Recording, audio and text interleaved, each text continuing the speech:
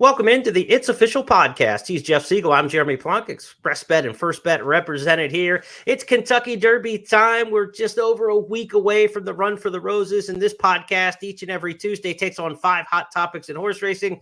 If you're watching it on Tuesday, you know all about it. If you're checking us out in the Kentucky Derby Wager Guide presented by First, welcome in. Be sure to take in all the handicapping information throughout the course of the Wager Guide. Jeff Siegel and I are going to look at some workouts in this edition of It's Official and talk about the big news at Churchill Downs. Jeff, on the big picture, as we're a little far out still from the Kentucky Derby, set us up for the show today. Well, workouts are all we have to deal with now between now and Derby Day. All the preps are in. And sometimes we tend to maybe place more emphasis on them than they deserve. But, and again, I'm not looking for anything great here. These are the best 3-year-olds in the country. They should work well. Yeah. I always get a chuckle out of when some 99-to-1 shot is galloping through the lane and the commentator said, "Well, this horse looks great galloping." I said, well, yeah, I know, but he has to run. And basically, I don't think this is going to tell us he's going to run a lot faster than he's already been running. What I'm looking for is the good horses to look good. They don't have to look great, but we don't want to look. We don't want to see them laboring, because then we might second guess ourselves and figure that maybe they're not quite as good as we think they are, or maybe they're not quite as good as they have been. Now, I remember when we had a colt by the name of the Deputy at Churchill Downs in 2000. He was second choice behind. I bet him. You bet on him, Well, I didn't really bet on him because I figured the prestige of the Derby would have been good enough. I didn't have to pile on. See, I didn't know you in 2000. If I would have known you weren't betting him, Jeff, I could have saved some money back then. But I would have given you even a better reason not to bet him, because when we didn't have a lot of experience with Derby horses. Our stable, we had one with Captain Bodgett 3 years earlier who ran very well. But this one came from California. So we and Barry and I and Janine, who's trained him, kind of came up with the idea that maybe we should get there early, and so we got there early, and the colt got there early, and for the first 10 days looked great. And then he just went stale on us, and his last work, got hot. He didn't work well. And I thought, I hope this is just one of those days. Well, it didn't turn out to be one of those days. The Derby turned out to be the last race of his career. He got hurt in the race and finished way back. So when you see a horse that you like, it doesn't work well, that's when you take notice. If they do work well, then you can expect them to run as well as they're capable. And then whatever that is, that's up to you. So that's what I'm looking for. I'm looking for the good horses to work good. I'm not going to be that impressed with the horses that are a big shot, long shots that are working good. But to me, I'm looking more for the negative than the positive, quite frankly. Let's get into our first of 5 topics, as we do on the show each and every Tuesday. It is the Triple Crown Tracker. We're starting off because why not this time of year? We're talking about the horses who are in the Kentucky Derby, but first one who is not, and that is Muth, Jeff. The news coming down that the injunction denied from the owner, Amir Zidane, who was trying at the 11th hour to get Muth into the field for the Kentucky Derby. Judge in Kentucky ruled late last week that that's not going to happen. There's still an appeal possible, but entries are taken for the Kentucky Derby this Saturday, 7 days out from the race.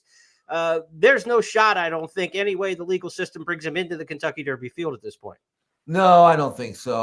They're just, I don't know, hoping for hope, but this is not even a Hail Mary anymore. I think Muth is good. I mean, he actually would have been well backed in the Derby if he had a chance to run. You can see him breeze on the outside, minute in the 5th, but he's just going really easy here.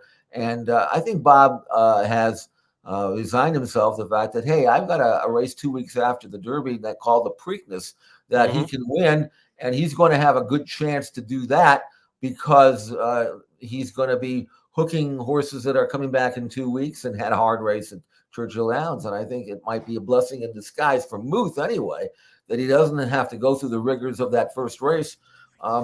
He's just ticking over right now. He's dead fit. Yeah. He's back from Arkansas. And I do think that he's a colt that's going to have to be reckoned with in Maryland based on the way things are setting up. We'll talk more about the middle jewel at the end of the show, but let's get that news out of the way and talk about who is in the Kentucky Derby. And as we set up for entries on Saturday, here are the 20 horses in the way I have them ranked in my countdown to the crown.com rankings for this coming week. These are the 20 horses in the field as of right now. We've got a couple horses that are sitting on the bubble, those being Epic Ride, Uncle Heavy, Seize the Day, or Seize the Gray, I should say, who could get into the field if we have any defections. But these 20 right now are in safely on point. We still have a little bit of a question mark with Encino. I believe that Brad Cox is more committed to running than not at this point. And we still don't know about Endlessly. The turf and synthetic star for Michael McCarthy has had a couple works at Churchill Downs with very mixed reviews, mostly negative, Jeff. So maybe Endlessly could come out of this field by the time we enter on Saturday. But up to 4 also eligibles can enter in Saturday's entries. So we could be looking at 24 names in the hopper for the Kentucky Derby. Right now, Epic Ride would be next up if able to get in. To me, this is a very top-heavy Kentucky Derby field. Fierceness and Sierra Leone are super strong. From that point forward, you've got a lot of horses that look alike, and then you've got the big X factor from Japan, Forever Young. You can't use them all if you're wagering on the Kentucky Derby. If you're playing straight, you got to pick the winner. But there are some horses that in this list, they're mostly on the left-hand side of the left-hand column for me, though, that can be used in exotics like the Exacta Trifecta Super. So it's not a bad gambling race if you can find some good, decent prices underneath, assuming that you like one of the first two. I like Fierceness, and nothing that I've seen in the morning will change my mind, other than I won't be shocked if he doesn't run well, simply because I've seen that happen twice. Sierra Leone, I'm absolutely convinced is going to run as well as he's capable of running. Is that good enough to beat Fierceness? Based on pure form, I don't think so if Fierceness shows up with his A game. But I love the way Sierra Leone is coming up to this race, and I'm actually more confident that he's going to fire than Fierceness. But I also know that Fierceness, if he fires, is probably the better of the two. For the benefit of those of you listening on our audio podcast channels, top 10 for me line up this way: Fierceness, Sierra Leone, Resilience, Forever Young, Domestic Product, Rising Up. We'll talk about more about him a little bit later. Catching Freedom in the 6th spot. Just a Touch, the stablemate for Brad Cox in the 7th. Stronghold in the 8th from California. Encino, who's still looking for a jockey right now to be committed. And the 10, Just Steel, round out my top 10 for the Derby. The only other jockey note to make at this point is the 18th ranked horse on my list, Society Man, for Danny Gargan, does not have a rider yet confirmed for the Kentucky Derby. A lot of times the trainer will wait and see if somebody big comes open. I remember Animal Kingdom ended up getting John Velasquez before winning the Kentucky Derby because Uncle Mo scratched and a rider became available in that situation. So, and the rider for Animal Kingdom that year was to be Robbie Alvarado. He was injured earlier in the week at Churchill Downs. So there could be some movement even after the entries when it comes to the riders. We've seen that happen over time. But Encino, Society Man, looking for jockeys here as we get closer. Again, this is my top 20 list, not the 20 post positions. Those will be set official Saturday night. The post position draw at Churchill Downs. Different this year in the fact that it's Saturday. It's a full week out from the Kentucky Derby. It's also going to be between races 3 and 4 on a nighttime card, a dawn at the Downs, a nighttime card at Churchill Downs, not dawn, evening at the Downs, if you will. So between races 3 and 4, it's going to be between the 7 and 8 o'clock Eastern hours, prime time post draw for the Kentucky Derby and the Kentucky Oaks. Jeff, let's talk about the post draw here. Of course, it's a traditional pill pool. They don't choose their positions like they did once upon a time in the Kentucky Derby. So the names will go in the jar. They'll, shake it up. They'll pull out a number. They'll match it with the entry sheet, and that will be the post position. So it's a random draw for the post positions, but everybody has a want, right? I mean, where do some of these horses want to end up? Let's talk about Fierceness, the favorite. The whole talk with Fierceness is if he gets his way, he'll probably win the race. If he doesn't get his way, then it's anybody's ball game with him in terms of performances. So where would you like to see Fierceness? Outside somewhere. It doesn't have to be in the 20 hole, but if he's drawn inside and his hand is forced and for some reason he doesn't break terribly sharply, which he usually doesn't do, by the way, and then gets behind horses and stuff like that, then he could be in trouble. But if he's outside, and especially if there's no speed outside drawn, then he can kind of draft over, pick his spot. use a little bit if he wants to get over and maybe make the running if that's available, or maybe just take back just a little bit. But that option is taken away from him if he's drawn towards the inside. He's just going to have to go and try to avoid getting kickback. So for fierceness, I'm sure that Pletcher is hoping to be outside. And if it's the 20 hole, it could be worse than being in the 1. So I think outside for him.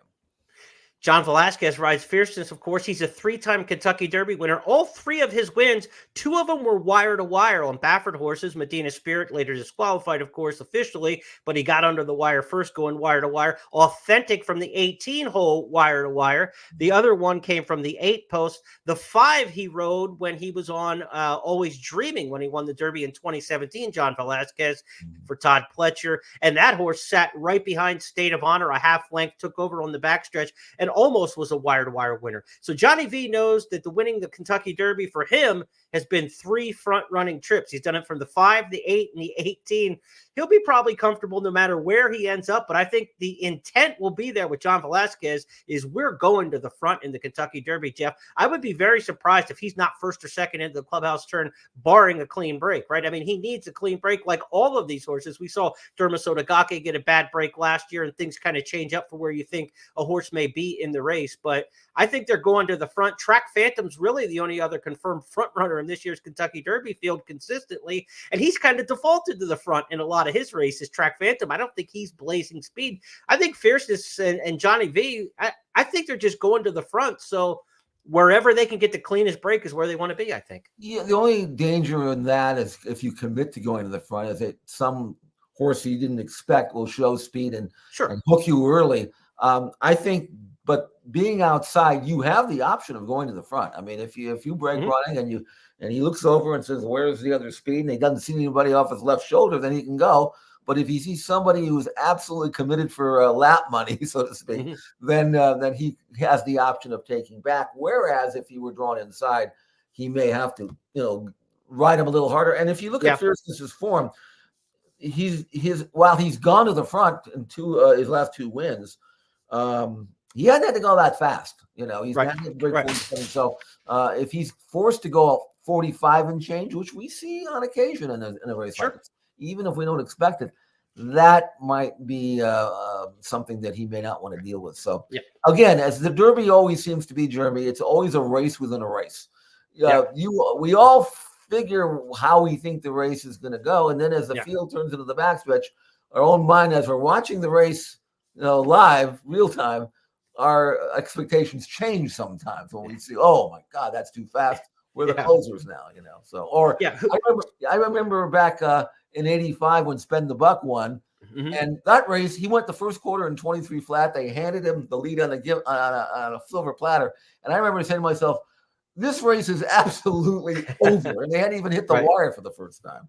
So you never know what you're going to get, but it's always a race within a race when you're watching the Derby. 2 years ago, nobody thought the horse from Dubai, Summer is Tomorrow, was going to the front, and he went freakishly fast and ended up setting up for Rich Strike from Out of the Complete Cloud. So, we're not quite sure how the pace will go. What about post position-wise for Sierra Leone? Where would he be best? He's got a late running style for fans who aren't quite as familiar with him, and he had trouble loading into the starting gate at Keeneland. They said maybe because it was the big crowd at Keeneland, he was outside. The starting gate was right in front of the grandstand and the apron there at Keeneland for the start. If he's a little antsy going into the starting gate, do you want him loading like right at the end, but then he's closer to the outside of the crowd again? But the loading process is a little bit different for the Derby. They're going to load 2 at a time. So with 20 horses, the 1 and the 11 would be the first 2 in the gate, then the 2 and the 12, then the 3 and the 13. So there are ways to be late in the starting gate without being number 18, 19, 20. Other than, the extreme inside, which nobody really wants, simply because, especially a horse like Sierra Leone, who's going to take a lot of dirt if he's down inside, because he doesn't have any tactical speed, and he's got a style that they don't want to change. But again, I think it's probably a little bit less important for him. He's going to drop back anyway. But I don't think nobody really wants to be more inside than the 6 or 7. I don't think. Now, if he's in somewhere in the middle or outside, it's not going to bother him at all, because he's going to come out of the gate, he's going to lag, he's going to settle, and then he's going to move into the far turn and with an extended run that he has. And if Fierceness is 5 in front at the top of the stretch, yeah, he's going to have his work cut out for him. But again, I'm pretty convinced that no matter where he draws, Sierra Leone's going to run his race. 2 more post position notes. Of course, we'll know all this on Saturday night, again, 7, 8 o'clock Eastern in that hour for the post position draw for Kentucky Derby 150. 2 other horses I think are interesting to look for in the post draw. And even we talk about this beforehand, but then it'll be the same assessment afterwards. What do they do with what they have? Mm-hmm. I think Forever Young wants to be outside of horses. The way he was ridden completely outside and wide the whole way around the track over in Dubai in the UAE Derby, they actually put a face shield on the horse, a cloth that looks like blinkers but no cup, because the connection said he doesn't like to have dirt hit him in the face. Well, if you're in the Kentucky Derby, you're going to get more dirt thrown at you than any other horse race in the world with the 20 starters on a U.S. sandy dirt racetrack like we have at Churchill Downs. So if he doesn't want dirt in the face, I think he is in big time trouble if he draws to the inside, because there's no way for him to avoid it. If he's to the outside, that's where they want to be. So I think you want to see an outside draw for Forever Young. I think that will be critical to his potential success. Based on what we've been told by the trainer, you're absolutely right. He says he doesn't like dirt. He didn't get any dirt in his last race in Dubai. He was able to circle the pack and stay out there in the clear, which most horses are going. See, here's the thing about ground loss. You can overdo it, obviously, but it's a trade-off between losing ground and having that stuff kicked back in your face. I had one jockey tell me at Santa Anita about the speed bias. It's not the track, it's that kickback that kills these horses from behind. I guess it's more severe at Santa Anita than any place else, because every dirt track has kickback. But you're right about Forever Young. I think that they're intending to get him to the outside. From what I saw of him and what I've been able to discern from his videos, he doesn't have a great acceleration burst. He's another one of these long, extended type of horses. So I think he probably would prefer to be outside, just so that he can maybe begin his run a little earlier. Whereas if he's down inside, blocked and forcing the weight, that might impact how effective he'll be. One of the potential speeds in the racetrack Phantom we talked about. Interesting about him is in his last 4 races, he's had exactly 1 horse in 4 races outside of him in the starting gate. He's at the far outside post in 3 out of 4 races. The other one, he had the next to last outside post. He's used to showing speed from the outside. We'll see what kind of tactics he may have. We talked, everybody wants to seem to be outside. I think one horse, Jeff, who would be beneficial to be towards the inside, maybe not in the 1, 2, 3, but inside, is Door Knock. He's a horse who's shown his best races, I think, when he can get up near the lead in his races. And I think being inside and forcing his hand to get up into the race would be a good thing. They tried to relax in the Bluegrass. I don't think it worked out that well for him. And Luis Saez is generally an aggressive rider. So don't take the strength of Luis Saez away by trying to rate the horse. Get to the inside, and they're almost going to be forced to go. And let's just see how far Mage's full brother can go. I think Door Knock is one of the few horses that I'd like to see like 4 or 5, something like that would be good for him.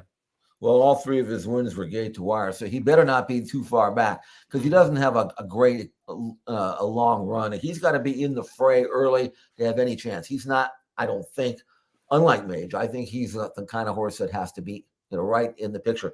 I'll tell you another horse that, of all the horses that I think might be better off if he is drawn inside, is Stronghold. He's got a lot of tactical speed, and I think from an inside draw, if he breaks like he normally breaks and shows the kind of opening quarter type tactical speed, I think he has a chance to draft in behind whatever speed there is and just sit there. He's got a high cruising speed type of style. He also has an extended run. And if he's not forced to do much before the field hits the far turn, and if he's sitting right there, which I think an inside, maybe not the 1 hole, but in the top inside 6 or 7, I think he has a chance to have his chance, if you know what I mean.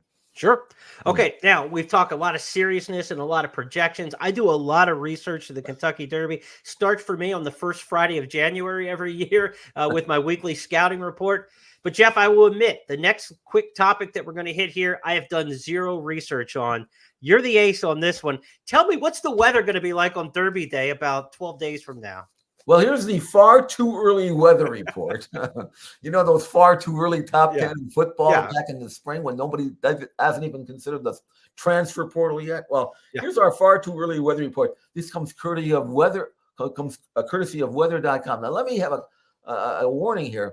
I wouldn't believe the weather reports if they gave it to me at 2:00 on Derby Day. Right. So if you're talking 12 days out, right now it's posted as, and I quote, 80 degrees, 40% chance of rain. Now, that could be any day in Kentucky, right? Right. Right. Any day in the summer, spring, whatever. But that's what they've got posted right now. I think there's a possibility that might change somewhere along the way. Let's get to our second topic this week as we're going to start our workout patrol now. We've got horses on the track all around the country, working in Florida, in California, in Lexington, Kentucky, in Louisville, Kentucky. Let's start our workout tour with one from South Florida before he hit the van. Fierceness is on the track now at Churchill Downs, but How Fierce was the favorite in his last work in Florida before he came north from Palm Beach Downs. Jeff Siegel, let's take the fans back here to the morning of April 19th. He's working with Agate Road. Inside his Fierceness, outside his Agate Road, a stakes place type performer on the turf, a horse who's got some surface versatility. So a quality workmate here, but not one that you expect to be punching with Fierceness. No, I mean, Fierceness is going to toy with this rival Agate Road, and he should. And this tells me that Fierceness is as good as he's possibly going to be on Derby Day. Now, this work, obviously, there's nobody in front of him, so he's not taking any dirt in his face. I'm curious as to the reasoning why Todd had him work inside as opposed to outside. I'm sure I don't think he flipped a coin. I think there was a reason to it. Sure. But it just shows you that how if he's challenged from somebody on the outside, and Fierceness is just galloping. He's basically 2-minute looking here. Yeah. But it shows me that if he's stuck inside and he's forced to make the running inside, then that's going to be okay. I think this is what Todd wanted to figure out. I mean, what do I do if he draws the 3-hole? Do I send him? Yep. Will he run inside of horses like this? And he certainly does. I mean, he's just galloping here. I think he would have worked just as well on the outside. But you can't look any better than this. He's going to gallop out all the way past the 5/8 pole. So while the final time is 5/8 in 1 minute and 2, he's really working close to 7/8 here. And I think that he's going to hit if you like him, there's nothing that you're going to see in this workout that's going to dissuade you from liking him even more in the Derby. Right. This was last Friday. If he stays on a Friday pattern, he'll work Friday or maybe Saturday at Churchill Downs. He had the van ride from Greater Miami to Louisville, Kentucky, and arrived on Monday at Churchill Downs. Hit the track for the first time on Tuesday today as we record our podcast. So he's been seen at Churchill Downs. He did well this morning. No big work this morning or anything like that. But again, one more work left for Fierceness. I don't think there's really anything you need to see or want to see out of that other than get around there safely. We know, knock on wood, with Rapoli and Pletcher, with Uncle Mo, with Forte, what's happened to them late in the go with potential and likely Kentucky Derby favorites on the morning of the race, the morning before the race, during the week of the Kentucky Derby. So it's just about 4 or 5 healthy days now for Fierceness until he gets to that work, and then how he comes out of that work, and then Derby week. I mean, to me, it's just hold your breath time with him because he's ready. No question about that, especially for these connections, as you pointed out, have had bad luck on the eve of the Derby. But to me, Fierceness, the curious part about his race will be the start. I mean, all eyes should be on the start. After he gets out of the gate cleanly, if he does, then he's on his own, but I just hope he has a chance to show his best stuff. And, he's been known to kind of wave the white flag when things don't go his way. But 2 of his 3 wins, things have gone his way. And when he doesn't have an excuse and gets out of there cleanly, he is devastated. And I think he'll run a devastating type race if he can break cleanly.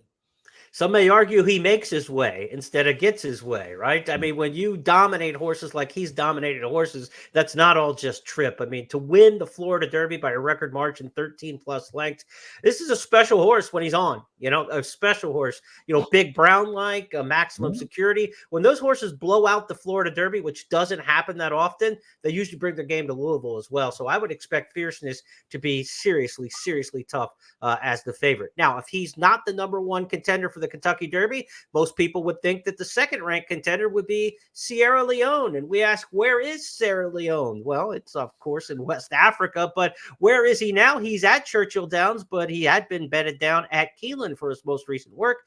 Let's go back to Keeneland over the weekend. This was on Saturday in Lexington. Now, Sierra Leone also set up on the inside of his workmate in here, White Palomino, who was a recent winner at the Keeneland meet. And Jeff, White Palomino is going to make him go right off the bat here.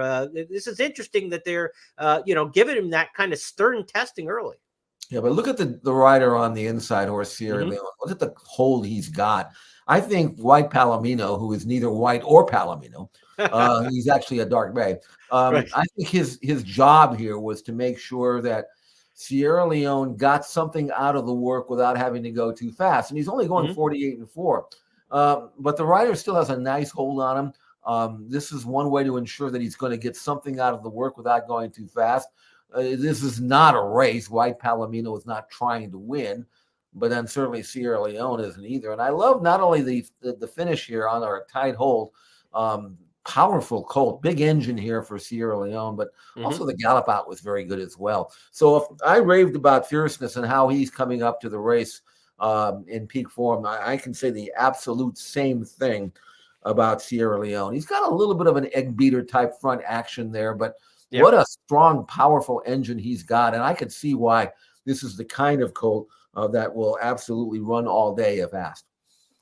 If there's a 1.25 mile horse on form in the Kentucky Derby, it's him, right? Sierra Leone's coming off of 3 straight 1 1/8 races. I cannot think of a serious Kentucky Derby contender in all the years I've been following the Derby, going back professionally since '93, watching it closely since the very, very early '80s, and you go back longer. 3 straight 1 1/8 races coming into the Kentucky Derby is just odd. You just do not see that. And for Sierra Leone, he's proven goods. He's a nose away from undefeated. He's by gun runner. There's no reason whatsoever that he's not going to just relish the distance. So he's the one they're going to be hearing coming down the stretch, right? I mean, if any jockey hears footsteps behind them, they're going to be hearing Sierra Leone. Absolutely. I mean, nothing would surprise me, but I would be shocked if Sierra Leone doesn't run his race. He always seems to run his race. He's never run a bad one. He's a nose away from being undefeated. And in that race, he flat out pulled himself up. I'm convinced of that. In the second start of his life in the Remsen. So this is a truly good colt.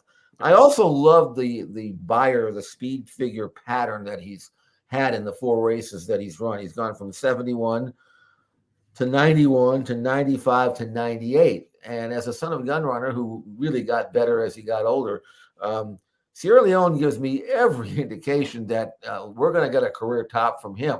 But he's also a deep closer in a 20-horse field. So that's what he has to worry about. Well, last 2 derbies went to the deep closers. We had a long run of speed kind of holding in the Kentucky Derby. And then the last few years, the closers have had their way as well. So it can happen for sure for Sierra Leone. He'll try to break one of the more ignominious jinxes in Kentucky Derby lore now, that no bluegrass winner since Strike the Gold in 1991 has won the Kentucky Derby. It's a very productive race. It's a very productive prep towards the Derby for some horses that haven't won the bluegrass, and they've gone on to do good things in the rest of the Triple Crown series. But for whatever reason, it's been since 91 and the Nick Zito trained Strike the Gold, who had the same running style from off the pace and a finisher. So if somebody's going to do it, maybe it will be Sierra Leone this year. Really looking forward to seeing his race. Now, Sierra Leone's final workout, again, he arrived at Churchill Downs a couple days ago as well. So he and Fierceness basically got in around the same time. They're on basically around the same patterns. Friday, Saturday workout, you can expect, weather permitting, which probably whatever's the best looking weather day of those two would be the final workout for Sierra Leone. I don't think you're going to see much, Jeff. Easy half mile, 5/8, and they're not going to ask much of him in that last work. No, he'll probably work only because if he doesn't, everybody will be asking why. I don't think he needs it, and I'm sure he's going to just go over there and kind of, half-heartedly work a half or 5/8 something. But he doesn't need anything. He's dead fit. 27 furlongs in his last 3 starts for Sierra Leone. Yeah, he's as fit as anybody coming into this year's Kentucky Derby. We continue our workout patrol, and we go to the West Coast now. How strong are things on the West Coast with no Bob Baffert in the Kentucky Derby for the 3rd year in a row? What about Stronghold, the winner of the Santa Anita Derby? He was at his home grounds at Santa Anita over the past few days, working out here on Saturday with a very tough customer here. Shady Tiger is a flat out runner. This is an interesting pairing in the morning. It is, and it's also the sharpest, quickest work. Most of these trainers are working slow and easy, and Stronghold is just a very good horse. And you mentioned Shady Tiger. That's a fast 3-year-old who won a recent stakes race by 5.5 sprinting. He's a really good colt, Calbred, Smiling Tiger. And he works great here. Put him on your watch list. Well, he is. I mean, look, he's just coasting, but then you figure, look at the horse behind him. Well, he's coasting too, isn't he? Yeah. I mean, he's actually going to catch up again. This is not a race, but they're going to finish noses apart. Maybe Stronghold by a head at the wire, but that's quick. 46-3. They're both going to gallop out really well. You'd expect Shady Tiger to do. He was kind of waiting around and, able to do much more. And you didn't want a whole lot more from Stronghold. But based on what I can see, and by the way, I mentioned this on our show a couple of weeks ago, Stronghold is going to be a good price because he only got an 89 buyer number, which does not match up with the fastest in the field. And all I can say about that is I think that's light. I think he's better than that. I think they kind of shortchanged him. Time will tell. But Stronghold, as I mentioned many times, looks like a colt that's getting better with every start, and especially over distance to ground. I loved his Santa Anita Derby win, his low number notwithstanding, because he came through a tight opening. He dug down deep. He is one of these horses who's absolutely going to lay his body down. Whether or not that's good enough, that's for the handicapper to decide. But I think if he draws somewhere in the middle or maybe even closer to the rail, I think you're going to see him draft into a really good spot because he's a very good gate horse. He can get out of that gate and get going better than most in the field. And I think Stronghold is going to, again, run the race of his life based on this drill. I was trying to figure out who were going to be like the first 5 into the clubhouse turn, and I think Track Phantom's up in that discussion. I think Fierceness is definitely in that discussion. Then I had Dornock. I think they're going to try to show speed. Please don't rate him too much. And then Stronghold and West Saratoga were the other 2 horses that I thought that might be up in there. And so what you're saying kind of backs that up a little bit. You think Stronghold can be right up into this race a bit? Well, I think he can, but I think the top 5. I mean, we don't want him on the lead, but no, but I think the jock's going to know that I can sit 4th or 5th. I'm not going to panic because I know I learned the last time I know this horse. I've ridden him every time. I'm talking about Freysu now. He'll go when I ask him, and he's the kind of horse that, if I were given the instructions as opposed to Phil D'Amato, I would say, look, I don't think you have to wait on this horse too long. You can go after these horses at the 3/8 pole because he will run from the 3/8 pole to the wire. And while he may not give you a 23 flat final quarter, he'll stay on. He won't hit a wall. And if he's close enough to the leaders, especially if he's not too close, if it's fast, I think he is going to loom a danger at the top of the stretch. What happens from the quarter pole to the wire is up to him, but he's going to be in the right spot. California without Baffert in the Kentucky Derby may feel hollow to some out there, but let's keep in mind, beyond Baffert, John Sheriff's has a Kentucky Derby win. Doug O'Neill's got a Kentucky Derby win. Art Sherman's got a Kentucky Derby win. There have been plenty of Californians in the last decade or so that have gotten to the winner's circle on the first Saturday in May at Churchill Downs. And the Californians, we don't know how they stack up nationally per se, but we have 2 measuring sticks.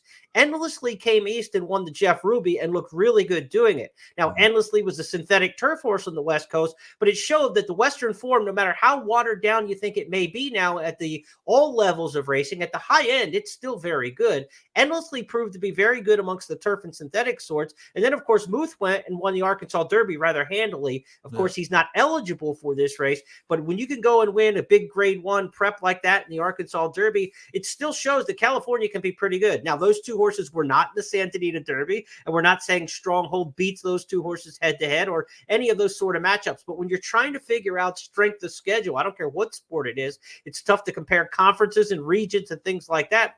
The Californians have actually done pretty good this year when you figure you won the Jeff Ruby in Kentucky and you won at Oaklawn in the Arkansas Derby without that many horses shipping around the country. Yeah, I would say if someone asked me how I would compare Stronghold with Muth, based on what I saw in the Santa Anita Derby, I would put them pretty close.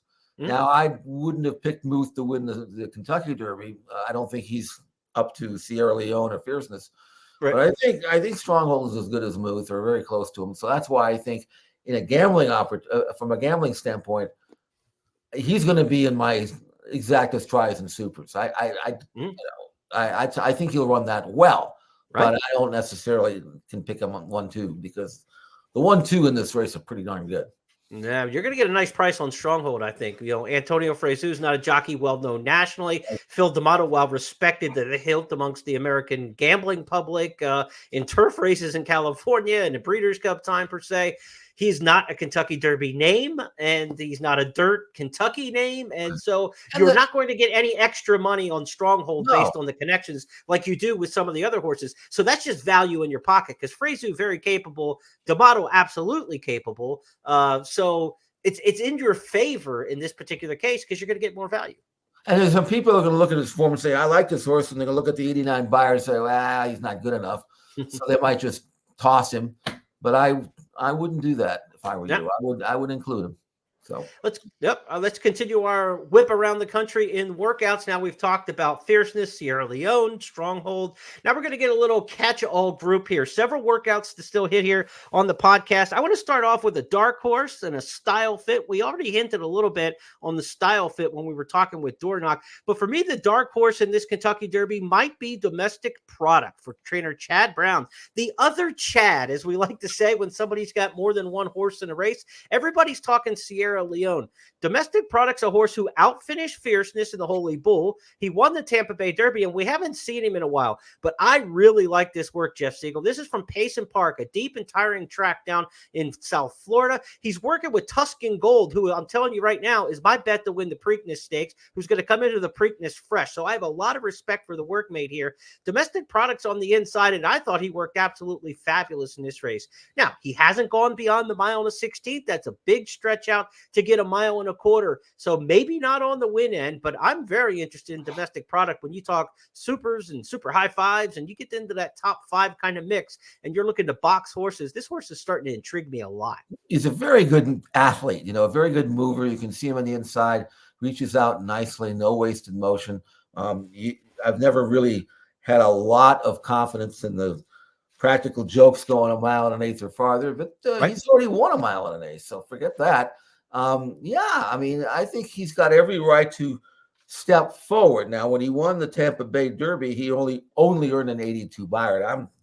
I'm not going to tell you that that's going to be good enough to win. But again, if you're looking at horses to complete your underneath horses in the exotics, I could certainly imagine Domestic Product outrunning his odds and maybe getting a piece of it. From a gambling standpoint, that's what I'm looking for. So you're right.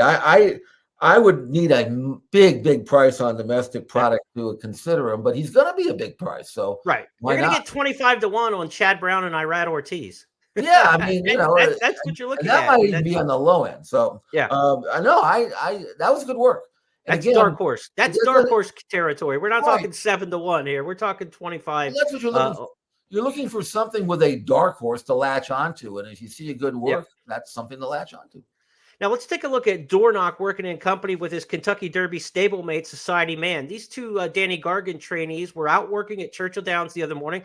Videos from Churchill, courtesy of Churchill Downs. Thank you for them. Keeneland, we had some video earlier. Want to give a shout out to Keeneland for some of the workout video. And, of course, XBTV within the First Family here with some of the workout video as well.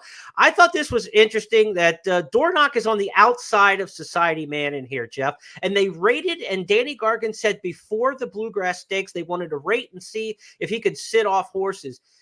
I would want him back up into the race. And I thought if they had the intention of going to the front in the Kentucky Derby, that they would have worked him inside in this race and take the pressure and take the work to the stablemate. I was surprised that he's on the outside and stalking here. It almost makes me think they can sit fourth again in the Kentucky Derby like they did in the Bluegrass and win it from there. I don't like the style. This is where the style fit is. And when we talked about the post position draw, I hope Dornock draws to the inside for his sake because it's just going to force him to go then.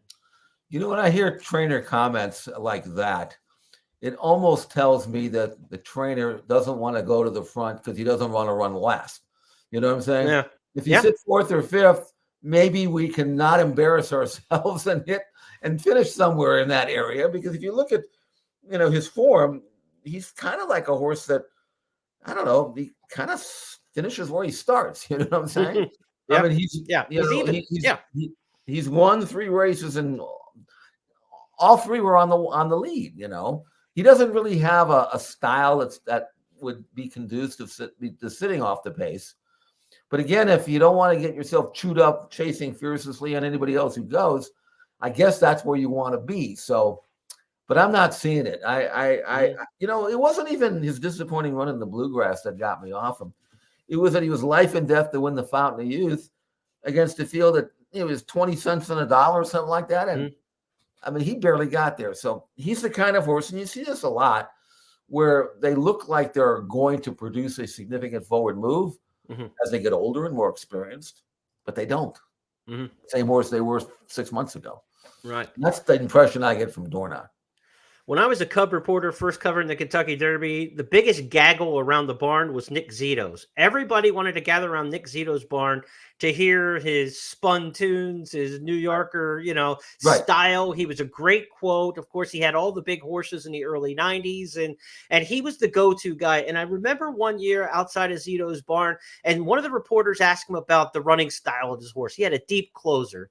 And he said, are you going to try to be up into the race a little bit closer? He's like, the one thing in the world you can't do as a horse trainer is change your horse's running style. They are what they are. It never works. It blows up in your face when you try to get them to do something that they don't naturally want to do. And it's always stuck with me as a horse player over the years is when you have a horse who needs a style change, you got a problem as a handicapper because that style change that's necessary doesn't usually work. It usually works in the reverse. So, I get what Gargan was trying to do. Maybe they're trying to stretch, like you said, and just stay in the race and see if it comes back to him. And if he can run one pace fourth all the way around, that 3 tire and the closers don't get there. But it just, this horse is better on the front. And I just think he needs to go to the front door knock. I would have liked to have seen him up on the inside in that work and more aggressive in that particular one. And then he never put the work made away. I know they're 2 Derby horses and you don't want to run each other in the ground, but the other horse was a maiden going into the Wood Memorial at 106-1.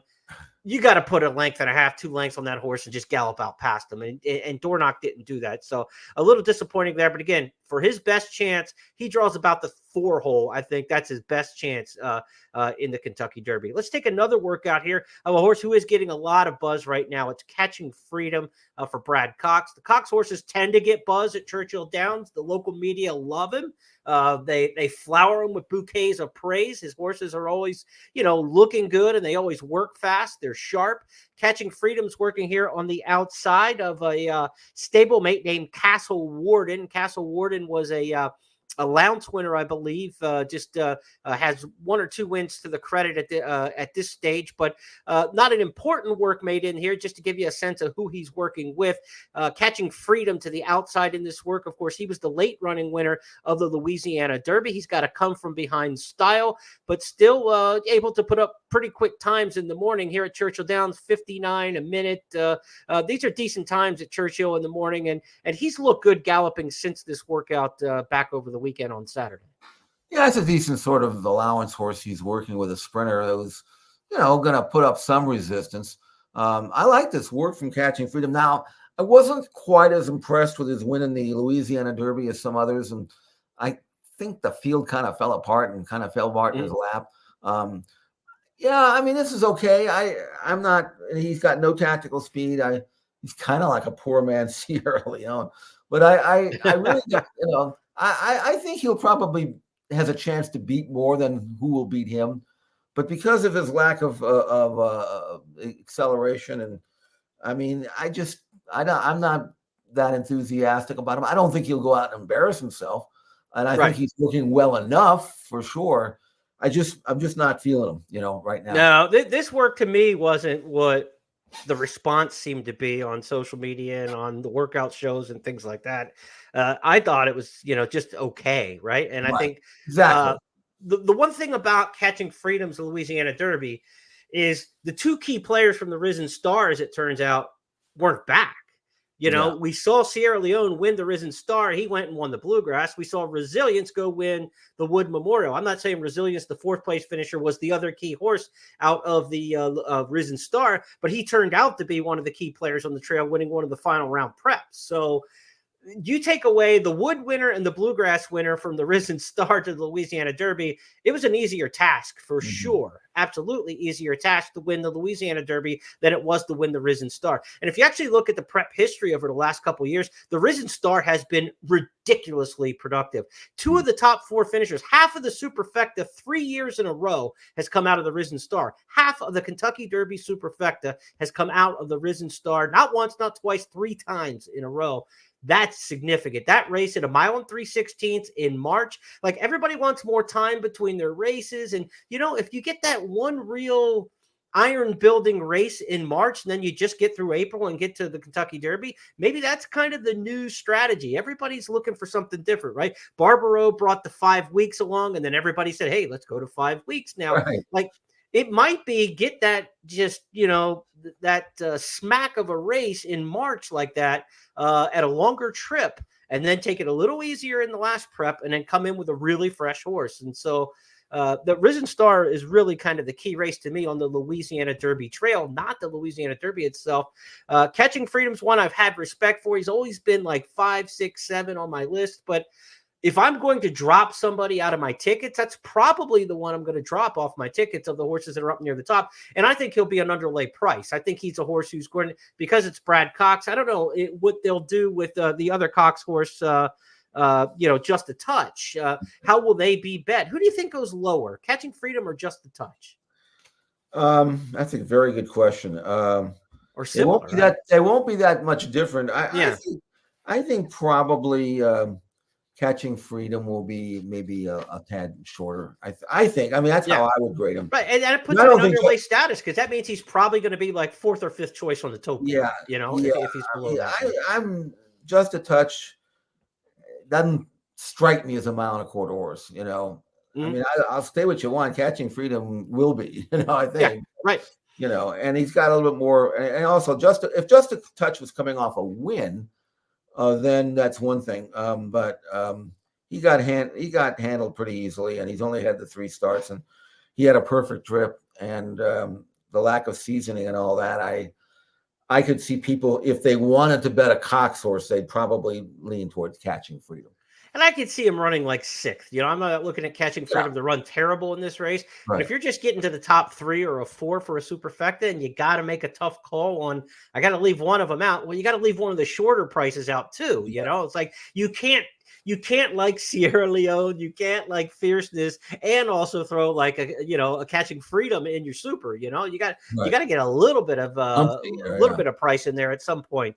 Let's talk about Track Phantom as we talk about these Louisiana horses. Track Phantom was working at Churchill Downs with Carbone. Carbone's a horse I bet a couple times this year on the Triple Crown Trail. He never panned out, but he's a good speed horse and, you know, a good target for the workout here. Track Phantom to the outside. They probably don't want him to do too much, but they do put him in there with a good speed horse like Carbone, who's equal to him to the task, I think, in terms of front running speed. So this was a good matchup in the workout. And for Track Phantom, again, you just don't want him running off. You think that, you know, he's got speed in his races, but he doesn't have to have the lead. He's just, you know, he's just had races that were devoid of other speed almost in all of his preps this year. So maybe a little bit different scenario here, but I still have to think he's 1, 2, 3 into the first turn.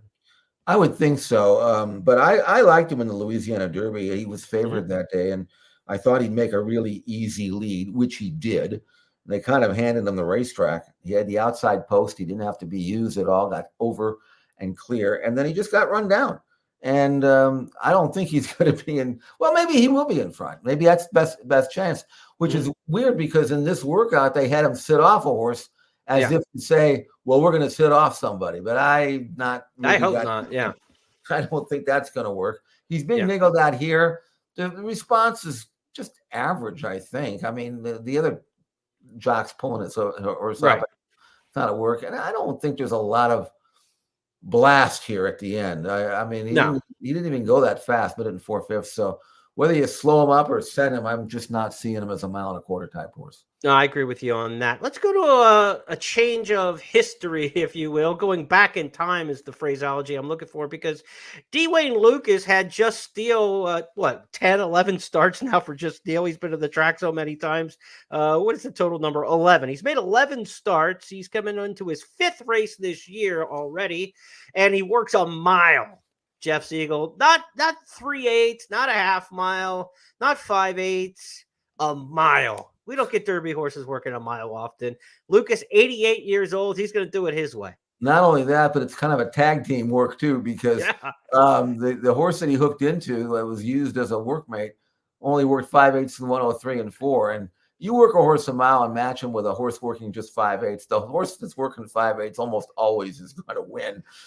So I'm not worried about that. But I pulled his PPs out here, Just Steel, and I said, what is this? The 1976 Kentucky Derby? I mean, So he's old school. And now there's not a trainer younger than 70 that would work a horse a mile higher than the Derby. Maybe that's what Whittingham used to do, and a few of these others, when these horses back in the day, 40, 50 years ago, were a little bit sounder than they are now, and bred to be sounder, and aren't subjected to working in 9 and 4 and a 2-year-old in training sale. But I will give Just Steel credit for this. He must be made of steel. He's run 11 times, as you say. He's won at Churchill Downs. His last race in the Arkansas Derby was not bad. No. He's the kind of horse that can lay somewhere in the second flight. He's kind of like a Stronghold. I mean, he can sit close. He grinds away. He's not going to wave the white flag. He'll try his hardest throughout the end. I don't think he's ever run a race good enough to win, but if someone told me that Wayne Lucas hit the board in the Kentucky Derby, would I say I don't believe it? No, I believe it. He's the kind of horse that you can throw in at a big price and not be ashamed.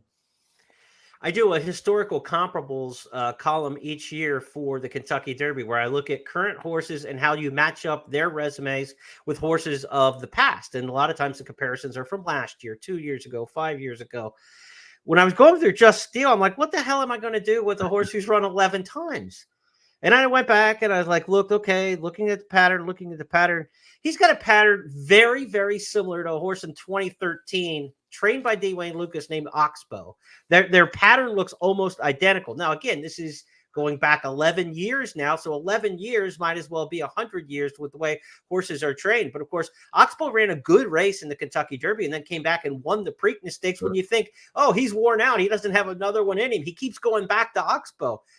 If Just Steel gets through the Kentucky Derby and runs top 5, top 6, and moves to Pimlico, you've been warned. And look, this is not a horse who's running a lot of times because he's not worth much. This is a $500,000 son of Justify. This is what Lucas wants to do with him. He's running him in all the dances. He ran in all the prep races at Oaklawn Park, the Smarty Jones, the Southwest, the Rebel, the Arkansas Derby.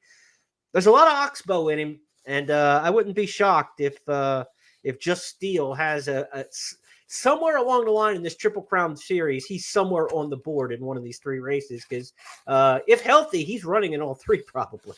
Yeah, I'm sure of that. He's been first or second in 4 out of his last 5 starts, and each of them in good company. So it's not like he's an empty stall, and he is by Justify. So Wayne started, let me put it this way. Wayne started a lot worse horses in the Derby than this one. But I don't see him. If he would finish somewhere in the first 8, I know they don't pay down that far, but that would be a reasonable expectation. Yeah, I agree with that. I'll never forget 2002. We're working on the TV broadcast, and the Derby's over. They crossed the wire. It's War Emblem and Proud Citizen running 1-2. The exacta pays $1.50. We're all ripping up tickets and kicking the dirt below us, and the trash on the ground. And the makeup artist for the TV show was celebrating, and she's the only one who had the winning ticket. We're like, how in the world did you come up with that? And she said, it was Baffert and Lucas, dummies. Sometimes you get to the Kentucky Derby, like we were talking earlier, when it was like, Chad Brown and Irad are going to be 25-1. You're going to scratch your head. So, like, if Lucas hits the board in the Kentucky Derby and Just Steel is part of your mix, you just think, hey, is Lucas Dummies. I mean, what are you thinking? He's been here and done that before. Let's talk Kentucky Oaks quick 1 second here with a potential filly, the champion 2-year-old of last year, one of the potential favorites towards the Kentucky Oaks. I think Tarifa will probably be the post-time favorite, but just FYI for Bill Mott, she was late to get back. She had a temperature earlier in the year when she had the scratch at Gulfstream that delayed her debut until April, when just a couple weeks ago when she ran in the Ashland at Keeneland. She worked with Resilience, her Derby stablemate, earlier a week back, but Bill Mott separated those two in their workouts over the course of the past few days.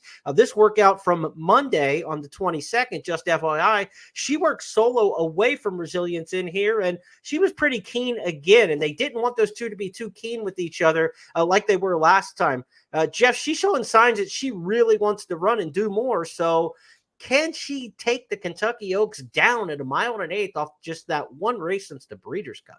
Well, I don't think she was ready in her prep, and I don't think she was intended to be ready. But they also knew that if they wanted to win the Kentucky Oaks, they'd have to give her a run. And I'm sure the jock was told, don't beat her up. And so she got something out of it. It's always the case now when you have a horse coming off a layoff is what do they look like in their works after that? I got to tell you, she looks fine to me. I mean, I like the way she's moving. Yeah. 59 and change, never asked to drop, looks eager, getting over the ground well, nice, easy action.